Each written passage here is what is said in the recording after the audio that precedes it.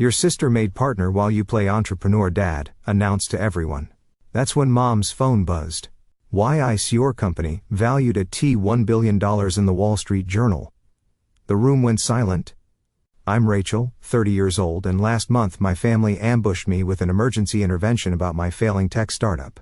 My dad compared me to my perfect sister, while relatives nodded in agreement.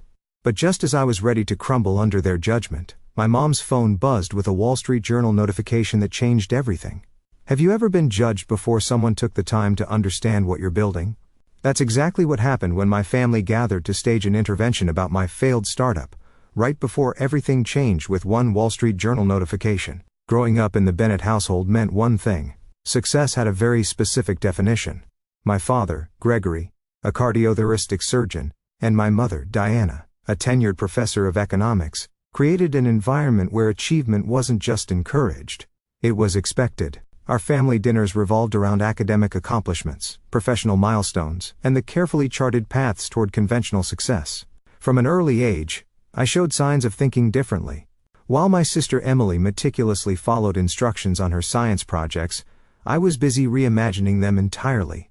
When I suggested a completely different approach to my 5th grade science fair project, my father smiled tightly and said, "Rachel, sometimes the tried and true path is best. Look at how well Emily's project turned out when she followed the instructions." That became a familiar refrain throughout my childhood. My creative thinking positioned as a liability rather than an asset. Despite my unconventional thinking, I excelled academically. I graduated with honors from Stanford with a double major in computer science and biomedical engineering. My parents beamed with pride at my graduation, already envisioning my future at Google, Apple, or perhaps following my father into medicine. The path seemed clear: join a prestigious company, climb the corporate ladder, achieve stability and recognition in a well-established field. For 2 years, I did exactly that. I landed a coveted position at a major tech firm, working on their healthcare initiatives. The salary was impressive, the benefits exceptional, and my parents finally had something straightforward to brag about at their country club gatherings. "Our Rachel works at Technolife developing healthcare algorithms," my mother would say, conveniently glossing over my growing discontent. The breaking point came during a project where I witnessed firsthand the struggles of patients with rare diseases, trying to find appropriate specialists in clinical trials. The systems in place were fragmented, outdated, and inefficient. Patients were quite literally dying while navigating bureaucratic mazes. I saw an opportunity to create something that could save lives, an AI-driven platform that could match patients with rare conditions to the right specialists in clinical trials, cutting through months or even years of painful searching. When I announced my decision to leave my secure job and launch my own healthcare technology startup, my family's reaction was mixed. My mother expressed cautious support. "If anyone can make it work, it's you, Rachel. Just make sure you have a backup plan." My father was less enthusiastic. "The healthcare industry isn't something you can disrupt overnight. It's complex for a reason." Emily, already climbing the ranks at her law firm, simply asked if my company offered health insurance. In those early days, there was at least a veneer of support. My parents attended my modest launch party, my father even writing a check for my initial seed funding, though he called it an investment rather than a gift, complete with paperwork and projected returns carefully calculated. I named the company Connect Care and brought on Jasmine Washington, a brilliant programmer I'd worked with at Technolife who share my vision. We rented a tiny office space that doubled as our apartment when we worked too late to go home. Those first months were exhilarating. The freedom to build something meaningful, the late nights coding and refining our algorithm, the moments of breakthrough when a particularly difficult problem suddenly yielded to our persistence. My boyfriend at the time, Timothy Clark, initially seemed supportive. He was an investment banker who liked the idea of dating an entrepreneur, at least in theory. My girlfriend, the next female tech founder to make it big, he'd say, introducing me at parties. But as months passed without significant external validation of our work, his enthusiasm waned. "I thought this was going to be more of a quick success story," he admitted during one of our increasingly frequent arguments. "I'm starting to worry you're throwing away your potential." The first year was challenging but not unexpectedly so. We secured modest funding from angel investors interested in healthcare innovation. We built our initial platform and began beta testing with a small group of patients. The feedback was promising. We were making connections that genuinely helped people. But the path to profitability remained unclear, and regulatory hurdles emerged at every turn. By the second year, the cracks began to show. 2 major funding rounds fell through at the last minute. Our algorithm needed significant refinement to handle the complexity of matching rare disease presentations with appropriate trials. The regulatory landscape proved even more challenging than anticipated. Timothy finally left, saying he needed someone more stable in his life. My family's initial support had by then curdled into concern, then criticism. Sunday dinners became interrogations about burn rates and user acquisition costs. Holiday gatherings turned into impromptu board meetings, where relatives who couldn't explain what an API was nonetheless felt qualified to critique our business model. Emily's steady rise through her law firm provided a convenient counterpoint to my struggling venture. Emily just bought a condo in the city, my mother would mention, while I was still eating ramen in my shared apartment office. What my family couldn't see were the small victories accumulating beneath the surface. A breakthrough in our matching algorithm that increased accuracy by 37%. A successful pilot program with a mid-sized hospital in Chicago. Promising results from a clinical trial where our platform had connected patients to life-changing treatments. Jasmine and I knew we were onto something important if we could just secure enough runway to prove it. The family dinners became increasingly uncomfortable as Connect Care struggled to find stable footing. Each Sunday at my parents' sprawling colonial home in the suburbs, I'd brace myself for the inevitable interrogation. "How's the little startup going?" my father would ask, the word startup somehow sounding diminutive coming from his lips. Before I could properly answer, he'd pivot. "Emily just won the Dalton case. $3 million settlement." My sister would modestly lower her eyes, though I never missed the slight smile that played at the corners of her mouth. Emily, 3 years my senior, had always been the family standard-bearer. Her path had been linear and predictable. Top of her class at Yale Law, clerkship with a federal judge, and now making rapid ascent at Sullivan & Morgan, one of Boston's most prestigious firms. Thanksgiving was particularly brutal. As relatives passed turkey and cranberry sauce, Aunt Patricia turned to me with exaggerated concern. "Are you still doing that computer thing, dear?" I saw a position at Mass General in their administration department. Very stable. Excellent benefits. "I'm building a healthcare platform that connects patients with rare diseases to specialists and clinical trials," I explained for what felt like the 100th time. "We're making real progress." Uncle Frank chimed in. "But are you making real money?" The table erupted in laughter while I pushed mashed potatoes around my plate. The crescendo came when Emily announced a promotion to partner during Christmas dinner. Crystal champagne flutes appeared as if by magic, and my father gave a speech that brought tears to my mother's eyes. "Your mother and I always knew you were destined for greatness," he said, raising his glass to Emily. "You've made us so proud by choosing a path of excellence and seeing it through." I clapped along with everyone else, genuinely happy for my sister despite the implicit comparison. When my father caught my eye across the table, he added, "And Rachel, we're sure you'll find your footing too, once you're ready to get serious." January brought a new crisis. Our primary server crashed, taking our platform offline for 3 crucial days. We lost a potential partnership with a research hospital as a result. Our bank account was dwindling, and payroll for our small team of 5 loomed large. After exhausting other options, I swallowed my pride and called my father. We met at his country club, where he sipped scotch and listened to my pitch with clinical detachment. "So, you need $50,000 to bridge until your next funding round?" he clarified, examining me over his glasses the way he might assess a resident's questionable diagnosis. "It's a loan, not a gift," I emphasized. "We have a meeting with Horizon Ventures next month. Their portfolio specifically focuses on healthcare technology, and they've expressed serious interest." My father set down his glass. "Rachel, I've supported your adventure for 2 years now. Your mother and I are concerned that you're trapped in a cycle of almost but never quite making it. Have you considered that it might be time to cut your losses?" "Dad, we're so close to a breakthrough. Our algorithm is performing better than anything on the market. We just need a little more time." He sighed heavily. "I'll discuss it with your mother, but I think what you need isn't more money. It's a reality check." 2 days later, I received a text from my mother. "Family emergency meeting this Saturday at 4 p.m. Please come to the house. It's important." When I called to ask what was happening, she was evasive. "Your father feels we all need to talk about your situation. Emily will be there too." That night, I stayed late at our office, working on refinements to our matching algorithm. At 2 a.m., I had a breakthrough that increased our accuracy to nearly 95% for certain rare conditions. I texted Jasmine, who called me immediately despite the hour. "This could be it, Rachel," she said, her voice vibrating with excitement. "With this improvement, we can finally demonstrate real clinical impact at scale." "I know," I said, feeling a mixture of elation and dread. "But my family's called some kind of intervention about the business for Saturday. They're going to try to convince me to shut it down." There was a pause on the line. "Are you considering it?" Jasmine finally asked, her voice careful.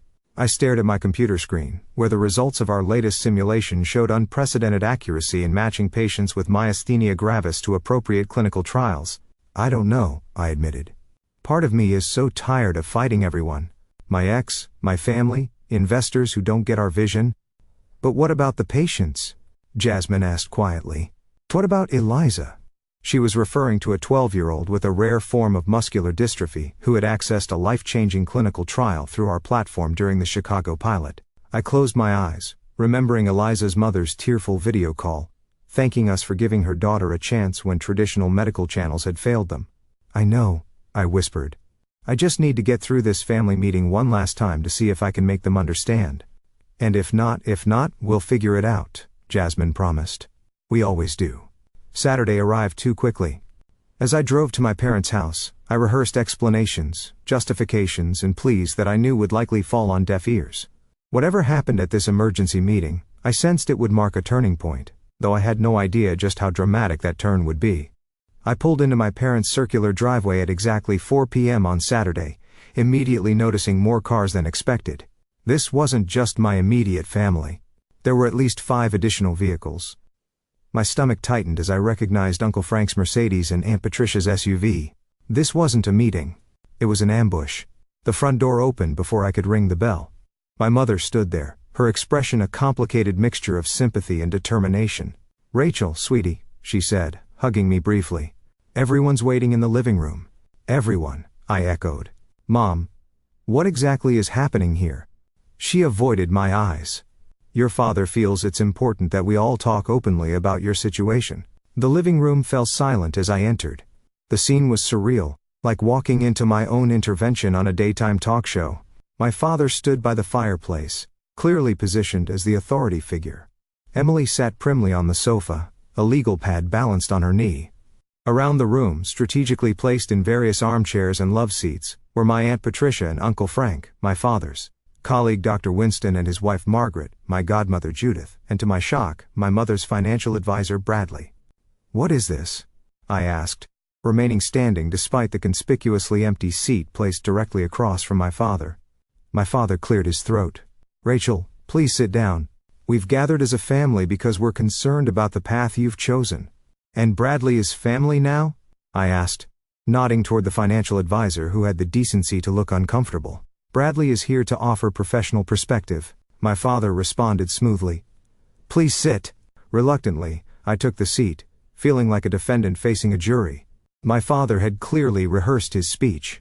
"For 2 years, we've supported your entrepreneurial experiment. We've watched you pour your savings, your time, your relationships, and your talents into a venture that shows no signs of viability. As a family, we can no longer stand by while you waste your potential and jeopardize your future." Uncle Frank nodded vigorously. "Your father asked me to look at your business plan, Rachel. The burn rate is unsustainable without significant investment, which hasn't materialized after 2 years. That's usually a market signal." "You showed him our confidential business documents?" I asked my father incredulously. "I showed him what you showed me when you asked for $50,000, my father replied. "And Frank agrees the outlook isn't promising." Aunt Patricia leaned forward.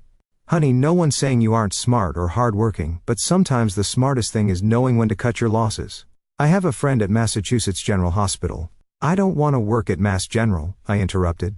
"Our platform is finally showing real clinical impact.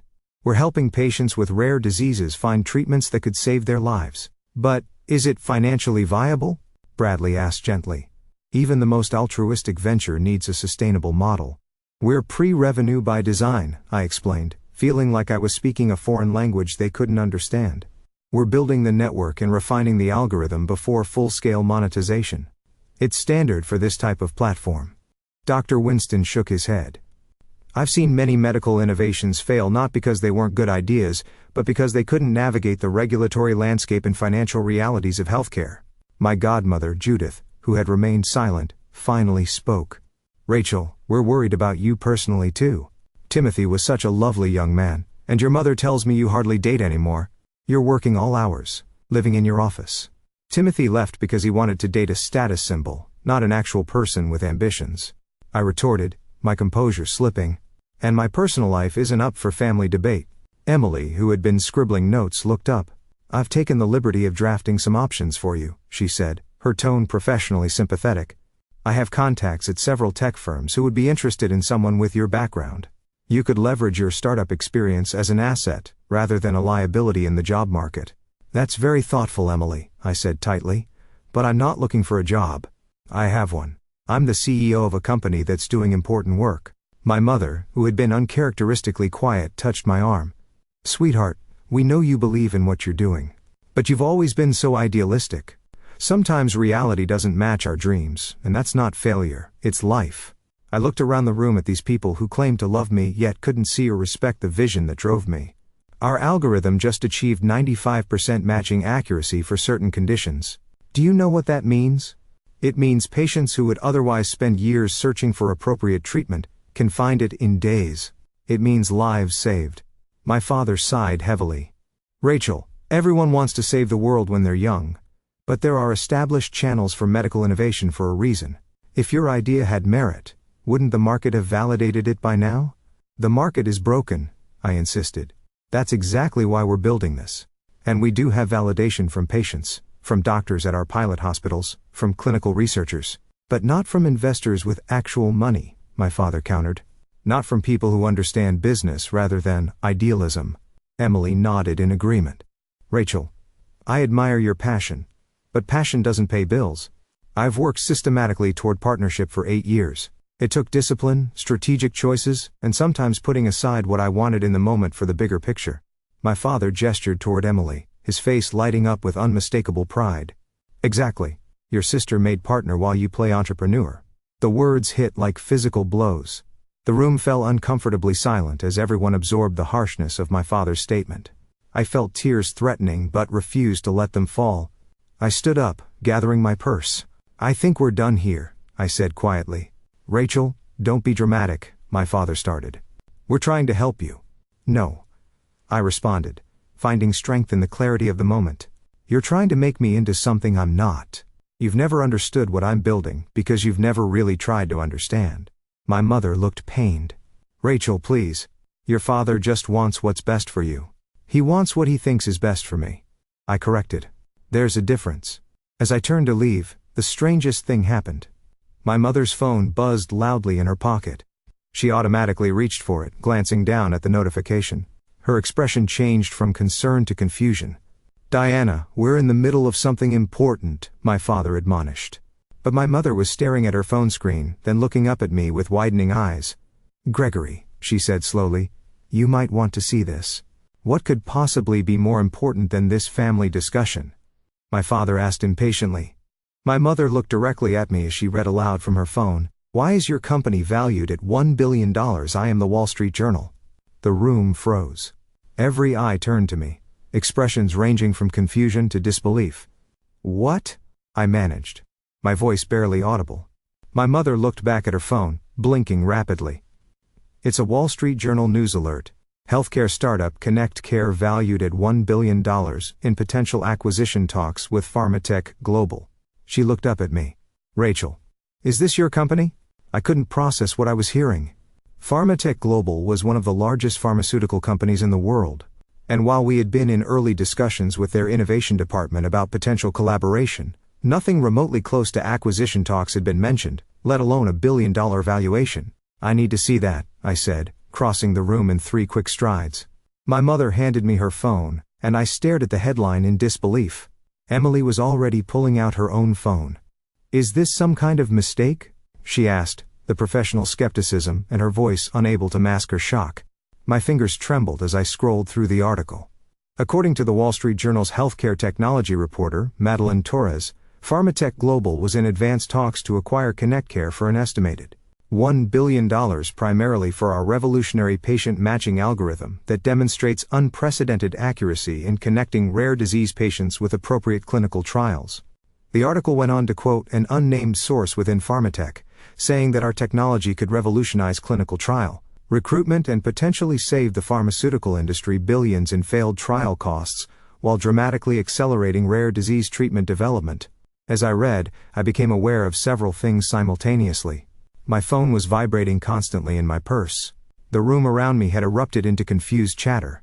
And my father had moved to read over my shoulder, his expression shifting from dismissal to astonishment. "Rachel," he said, his voice entirely different now. "Is this accurate?" I finally checked my own phone. 17 missed calls from Jasmine. 5 from our lawyer Samuel. 3 from a number I didn't recognize with a New York area code. Dozens of text messages and email notifications. I don't know, I admitted. We've been in talks with Pharmatech about a potential partnership, but nothing like this. I need to call Jasmine. I stepped out onto the porch, my hands shaking as I called my business partner. She answered on the first ring. "Rachel, finally. Have you seen it?" Jasmine's voice was pitched higher than normal with excitement. "The Wall Street Journal article?" "Yes, I just saw it." "What's happening, Jasmine?" "We weren't in acquisition talks." "We are now," she said breathlessly.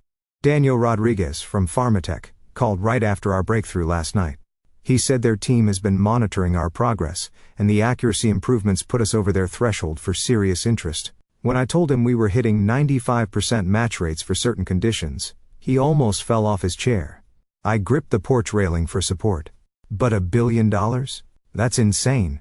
"It's our algorithm," Jasmine explained rapidly. "You know how Pharmatech spent $3.7 billion on clinical trials last year? And how over 80% of trials failed to recruit enough patients?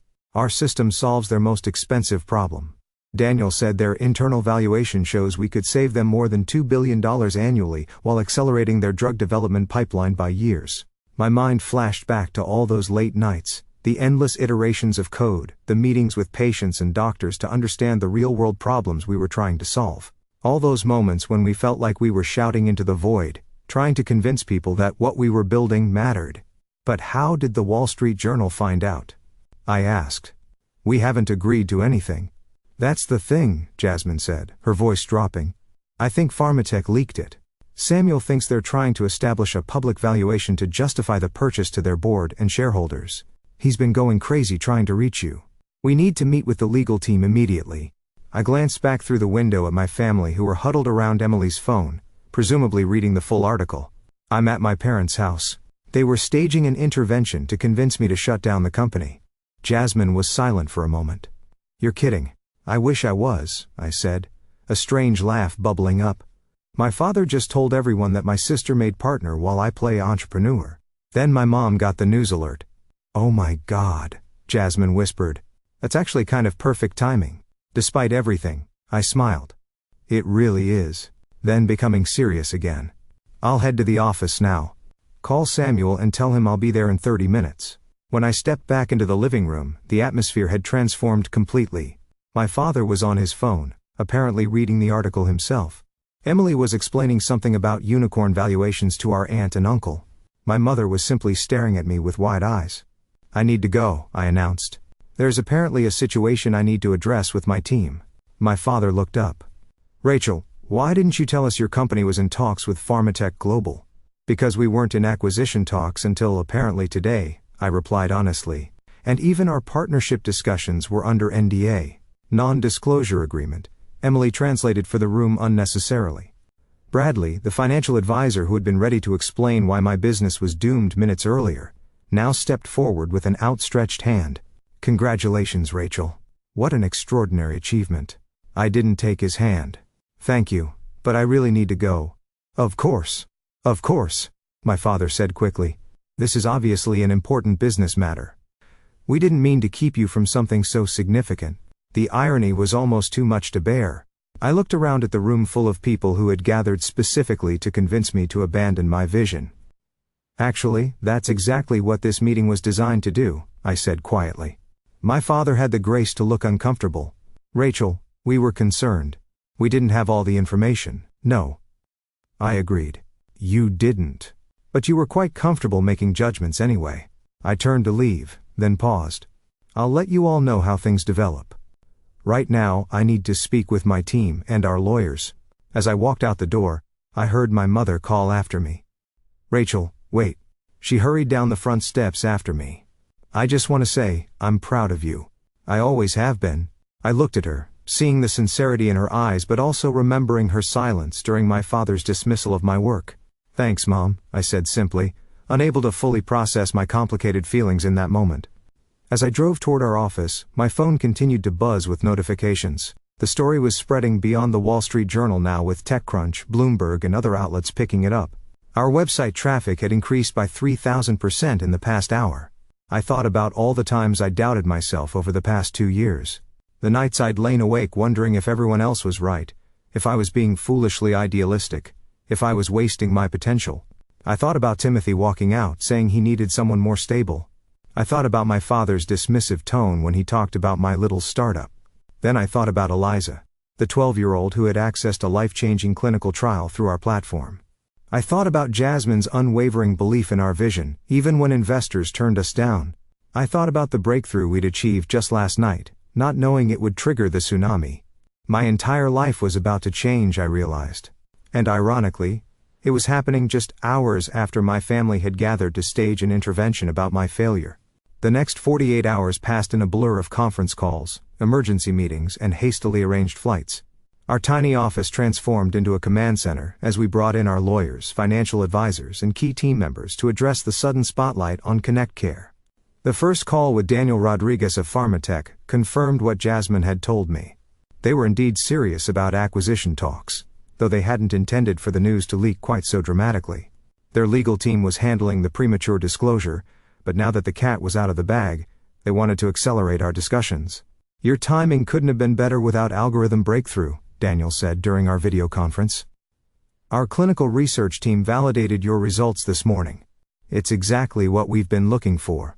By Sunday evening, we had a preliminary term sheet from Pharmatech, outlining a potential acquisition, valued at $950 million in cash and stock options. Samuel, our lawyer, pointed out that this was less than the billion-dollar figure mentioned in the media. "They're testing to see if the publicity has gone to your heads," he explained. "Standard negotiation tactic. They know the technology is worth more than this, especially with the publicity driving up perceived value." Jasmine and I spent that night reviewing every detail of Pharmatech's proposal. "The question isn't just about the money," Jasmine said, her eyes red-rimmed from lack of sleep. "It's about control. If we sell outright, we can't guarantee they'll use the technology the way we intended." She was right. The algorithm we'd built wasn't just a clever piece of technology. It was a mission to fundamentally change how patients with rare diseases access treatment. In the wrong hands, it could become just another tool for pharmaceutical profit maximization, rather than patient benefit. By Monday morning, my phone was ringing constantly with calls from family members I hadn't heard from in years. Second cousins, my father's former colleagues. Even Timothy tried to reach me. His text message a masterpiece of casual reconnection that made no mention of how he'd walked out when things got tough. "Heard about your success, always knew you had it in you. Coffee sometime." I left it unanswered. My mother called 3 times before I finally picked up Monday afternoon. "Rachel, we just want to know you're okay," she said, her voice tentative. "It's been all over the news. Your father's colleagues are calling to ask about you." "I'm fine, Mom," I replied, trying to keep the edge from my voice. "Just extremely busy." Of course, she said quickly. "We don't want to bother you. But, your father would like to talk to you. He feels terrible about Saturday." I closed my eyes, remembering the look on his face as he proclaimed that Emily had made partner while I played entrepreneur. The memories still stung, despite everything that had happened since. "I can't talk to him right now," I said finally. "I'm in the middle of the most important business negotiations of my life. Tell him I'll call when things settle down." There was a pause. "He's very proud of you, Rachel." "Now he is," I couldn't help saying, "now that other people have validated what I'm doing." My mother didn't argue the point. "Will you at least let us know what you decide? About the acquisition?" "Yes," I promised. "I'll keep you updated." That evening, as Jasmine and I were reviewing a counter-proposal with Samuel, there was a knock at our office door. To my astonishment, Emily stood there, holding a bottle of champagne and looking uncharacteristically uncertain. "Your secretary let me up," she explained. "Though we didn't have a secretary. I thought you might need a break, and maybe some legal perspective from someone who's on your side." I hesitated, still feeling the sting of her participation in the intervention. I brought the good stuff, she added, lifting the champagne. Dom Perignon. Partner-level celebration material. Despite myself, I smiled. Come in. Emily sat with us for the next 3 hours, reviewing Pharmatech's terms with the sharp eye of a corporate attorney. She pointed out several clauses that would have limited our future involvement with the technology after acquisition. If maintaining control of how your technology is used matters to you, she said, looking between Jasmine and me, you should be pushing for a partnership structure, not a complete acquisition. Let them license the technology while you maintain ownership and oversight. Jasmine looked at me, eyebrows raised. That's actually brilliant. It would mean less money up front, Emily cautioned. But potentially more control and more long-term value, if the technology performs as well as you believe it will. I studied my sister, seeing her in a new light. Why are you helping us like this? Emily set down her champagne glass. Because I was wrong, she said simply. I bought into Dad's perspective without really understanding what you were building. And because you're my sister, and I don't want you to get screwed in the biggest deal of your life just because tech acquisitions are my specialty. The next morning we presented a counter-proposal to Pharmatech. A strategic partnership instead of an acquisition, with a licensing structure that would provide immediate capital while allowing us to maintain control over the core technology and its implementation. To our surprise, Daniel Rodriguez didn't immediately reject the idea. Let me take this to the board, he said. They were interested in acquisition for the simplified structure, but your technology is unique enough that they might consider alternatives. On Wednesday afternoon, my father appeared at our office. He stood awkwardly in the reception area, looking out of place among the white bars covered in code and the young programmers rushing about. Rachel, he said, when I emerged from my office, could we speak privately? I led him to a small conference room and closed the door. For a moment, neither of us spoke. I owe you an apology, he finally said. I was wrong about your company, about your vision. Yes, you were, I agreed, not making it easier for him. He nodded, accepting this. I've spent my career working within established systems. When you talked about disrupting healthcare matching, I couldn't see it because I've only ever experienced the traditional pathways. But I've been reading about what you've built. It's remarkable. Coming from my father, this was significant. Thank you, I said simply. Your mother and I, he hesitated. We were afraid for you. The startup world is so uncertain, and we've seen how hard you've been working with seemingly little to show for it. But that's how innovation works, Dad, I explained. There's a long period where you're building and refining and testing, and nothing seems to be happening from the outside. Then suddenly, everything changes. He nodded slowly. I'm beginning to understand that. I just want you to know that regardless of what happens with Pharmatech, I am proud of what you've created. The words I'd wanted to hear for so long now felt bittersweet.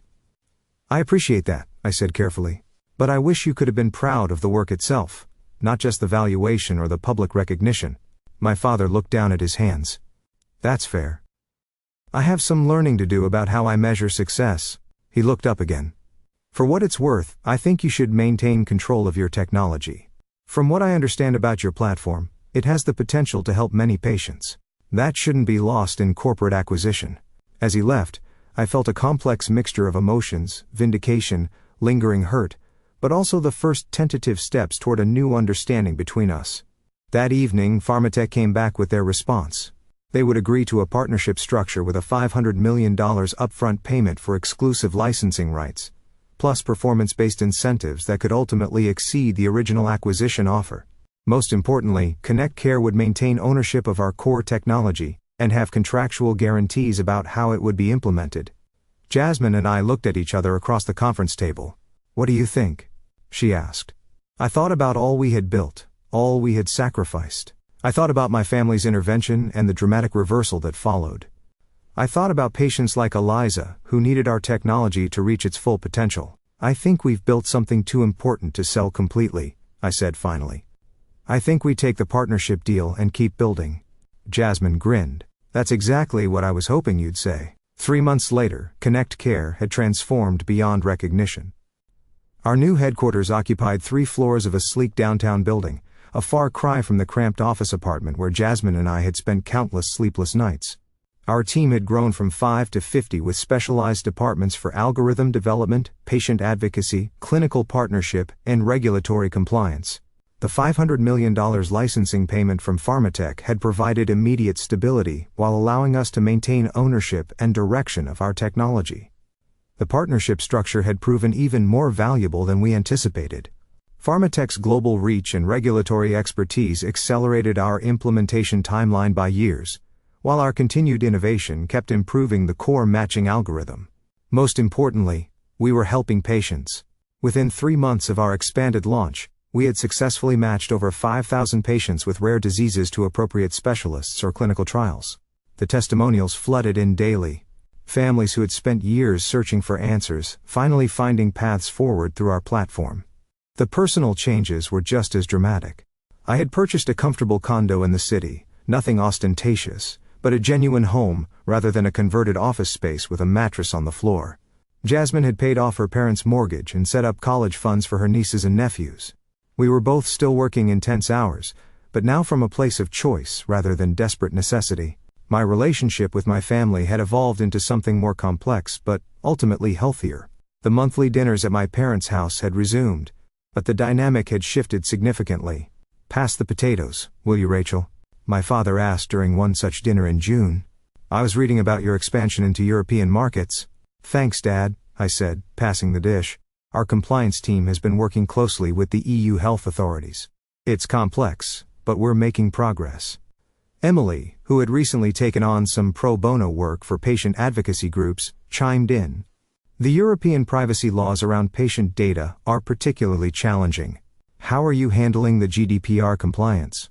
The conversation flowed into a technical discussion of international healthcare regulations, territory where my father and sister were genuinely interested and engaged rather than dismissive. My mother watched with a small smile, occasionally contributing but mostly seeming content to witness this new family dynamic. After dinner, my father invited me into his study, once an intimidating space where he would deliver assessments of my life choices, now more neutral territory. "I've been thinking a lot about our conversation when I came to your office," he said, settling into his leather chair, "about measuring success differently." I nodded, waiting for him to continue. "I read about a patient in Cleveland who accessed an experimental treatment through your platform," he said. "A 7-year-old with progressive muscular atrophy who had been declined for 3 previous trials. The article mentioned that doctors estimated she would have had less than a year left without this treatment." "Sophie Richardson," I confirmed. "Her case was particularly challenging, because her genetic variant didn't fit the typical profile. Our algorithm identified subtle patterns that matched her with a trial that had more flexible inclusion criteria." My father was quiet for a moment. "That's the kind of success that matters, isn't it? Not just valuations and acquisitions. It's why we built Connect Care," I said simply. "The business success enables us to help more patients, but the patients are the point." He nodded slowly. "I'm beginning to understand that better." He cleared his throat. "Your old boyfriend called me at the hospital last week." "Timothy?" I asked, surprised. "Yes. Apparently he couldn't reach you directly, wanted to reconnect, and thought I might facilitate." My father's expression was carefully neutral, but I detected a hint of something protective. "And, what did you tell him?" A small smile played at the corner of my father's mouth. "I told him my daughter is running a successful global healthcare platform and is extremely selective about her time commitments." I couldn't help but laugh. "Thank you for that." The doorbell rang, and moments later, my mother appeared at the study door. "Rachel, there's a Madeline Torres here to see you. She says you were expecting her." Madeline Torres, the Wall Street Journal reporter whose article had changed everything, had reached out requesting an interview about the impact of Connect Care's technology on rare disease treatment. After careful consideration, I had agreed, suggesting she join us for dessert after our family dinner. "Yes. We had arranged to meet here," I confirmed, standing up. "She's writing a follow-up piece." My father raised his eyebrows. "Brave to invite the press to a family gathering." I smiled. "I think we can handle it." Madeline turned out to be nothing like the intimidating media personality I had imagined. In her early 30s, with curly hair and bright, intelligent eyes, she asked thoughtful questions about both the technology and the human impact of our work. "What surprised me about your story," she said as we settled in the living room with coffee and my mother's apple pie, "was how you maintained control rather than taking the larger acquisition offer. That's unusual in the tech world, especially for a first-time founder." "The technology we built serves a specific purpose," I explained. "We were concerned that purpose might get lost in a complete acquisition." "Rachel has always been principled," my mother interjected proudly, "even as a child." Madeline smiled. "And how has the partnership structure worked out in practice?" Better than we anticipated, I admitted.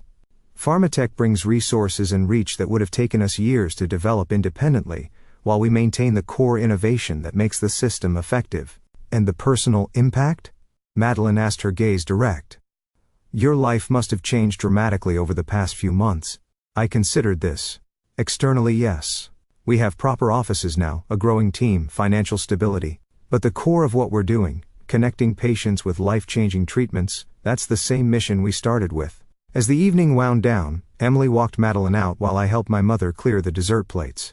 You handled that interview beautifully, my mother said, rinsing a cup. Very poised. Thanks, Mom, I replied. It gets easier with practice. She set down the cup and turned to face me. I want to apologize again for that intervention. We were so wrong and in such a public, hurtful way. I leaned against the counter. Why didn't you say anything that day? Before the Wall Street Journal notification, you just sat there while Dad and everyone else picked apart my choices. My mother sighed deeply. I was caught between what your father believed was best and what I feared might be true.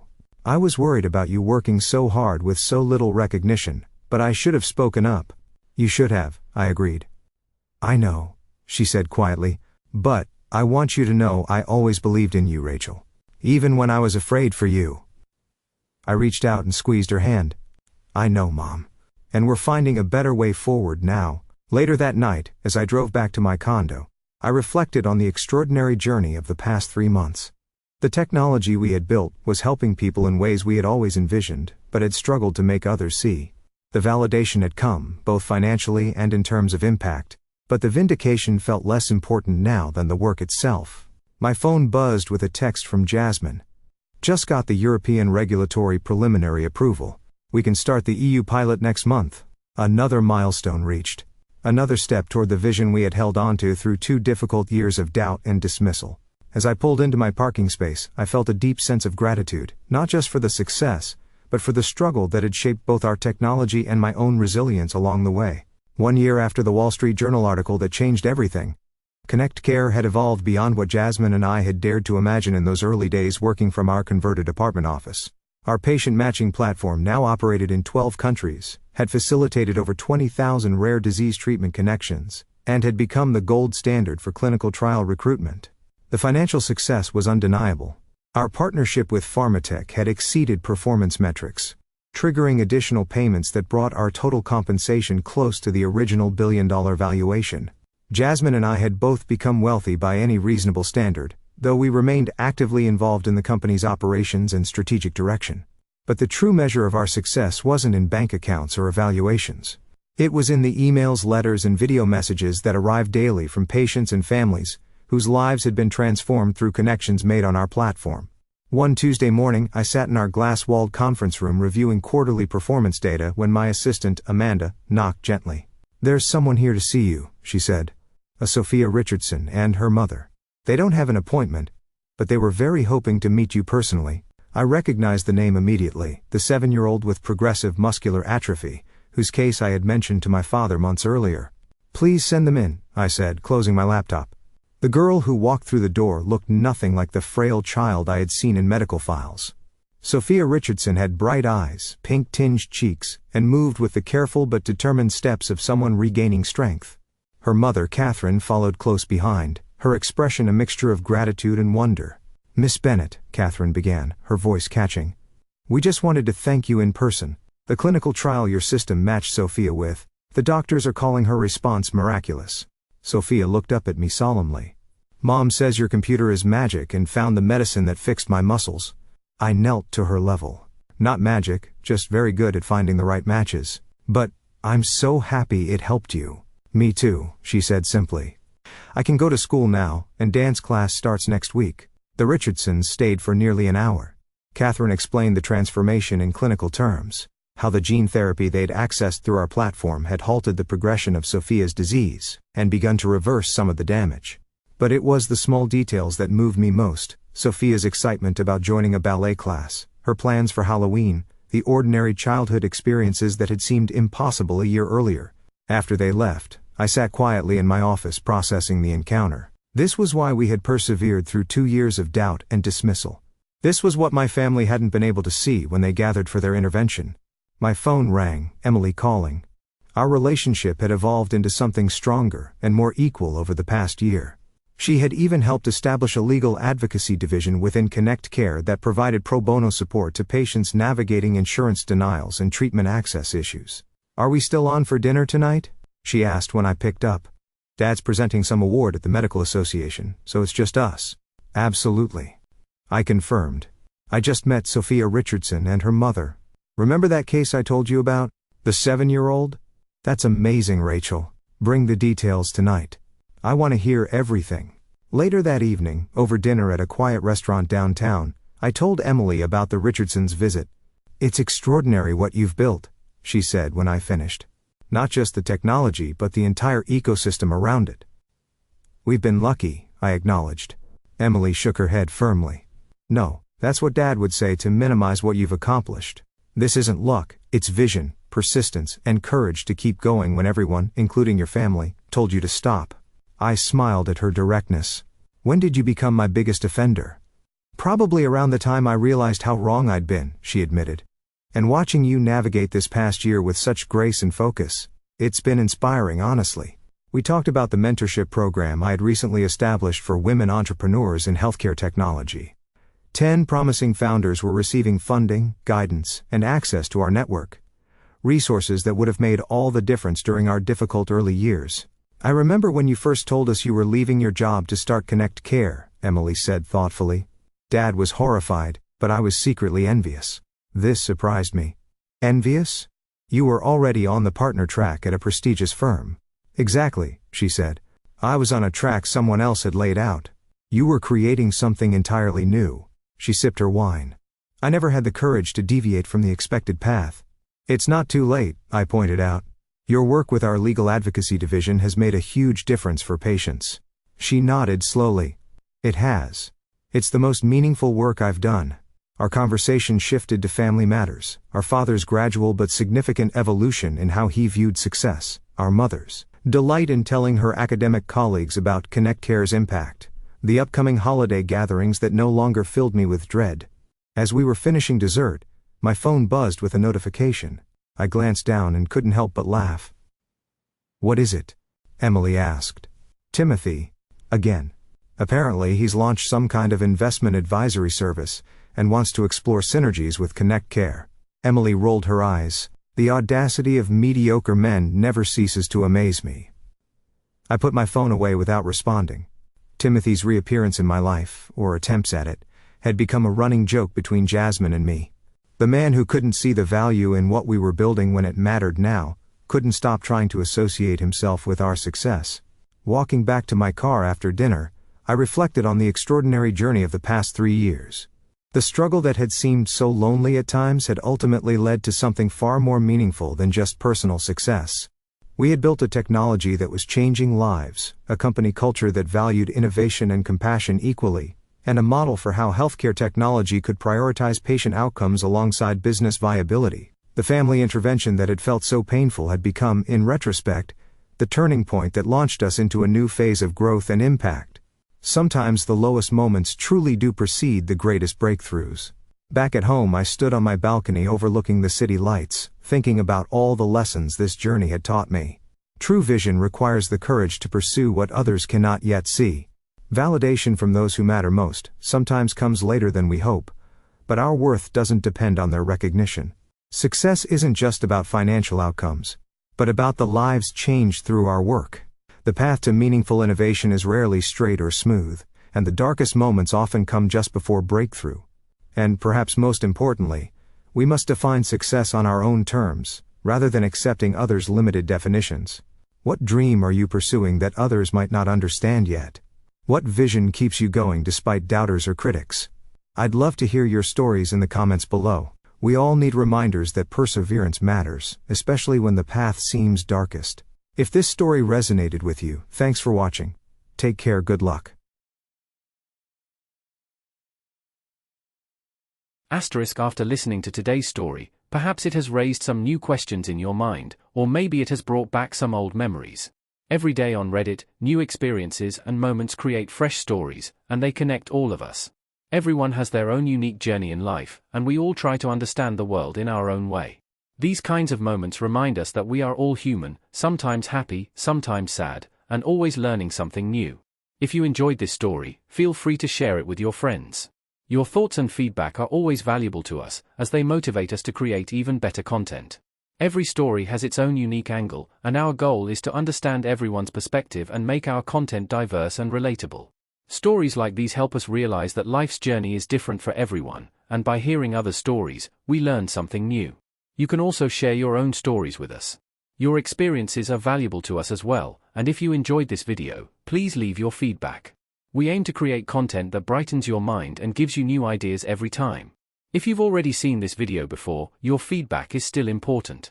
With every piece of feedback, we can improve our content and bring a new perspective to our viewers.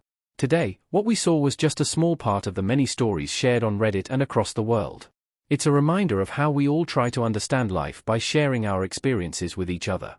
This video was only an example of how we try to connect with others through storytelling, learning about different sides of life. We hope to continue sharing such stories that help us all learn and grow together. Thank you for your time, and don't forget to keep an eye out for more stories coming soon. If you haven't already, please like and follow for more amazing content. Your support keeps us going, and we will strive to bring you more thought-provoking and heartwarming stories. Until next time, take care and stay curious. **